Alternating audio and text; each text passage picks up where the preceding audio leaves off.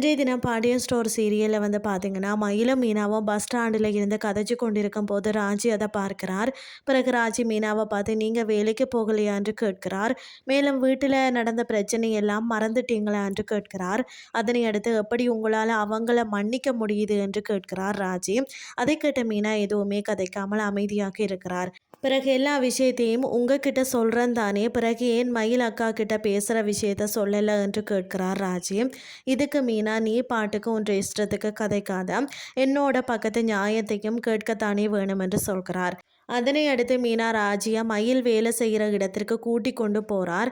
அங்கே மயிலை பார்த்த பிறகு ராஜி எதுவுமே கதைக்காமல் அமைதியாக இருக்கிறார். பிறகு மீனா நடந்த எல்லாத்தையுமே சொல்கிறார். மேலும் மயில் கர்ப்பமாக இருந்த விஷயத்த சரவணன் கிட்ட சொன்ன போதும் சரவணன் அதுக்கு தனக்கும் இதுக்கும் சம்பந்தம் இல்லை என்று சொன்னதையும் சொல்கிறார்.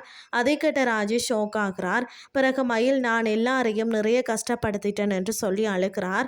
அதனை அடுத்து ராஜி, என்னால் இதையுமே முழுசாக மறக்க முடியலை என்று சொல்கிறார். இதை கேட்ட மயில், நான் கர்ப்பமாக இருக்கிறேன் என்ற விஷயத்தையும் யார்கிட்டையும் சொல்ல வேணாம்னு சொல்கிறார். பிறகு ராஜி கதிர்கிட்ட மட்டும் மயில் அக்காவோட விஷயத்த சொல்லவா என்று மீனா கிட்ட கேட்கிறார். அதற்கு மீனா வேண்டாம்னு சொல்கிறார். இதுதான் இன்றைய நாளுக்கான எபிசோட். அடுத்த எபிசோட்ல என்ன நடக்க போகுதுன்னு சொல்லி பொறுத்திருந்து பார்க்கலாம்.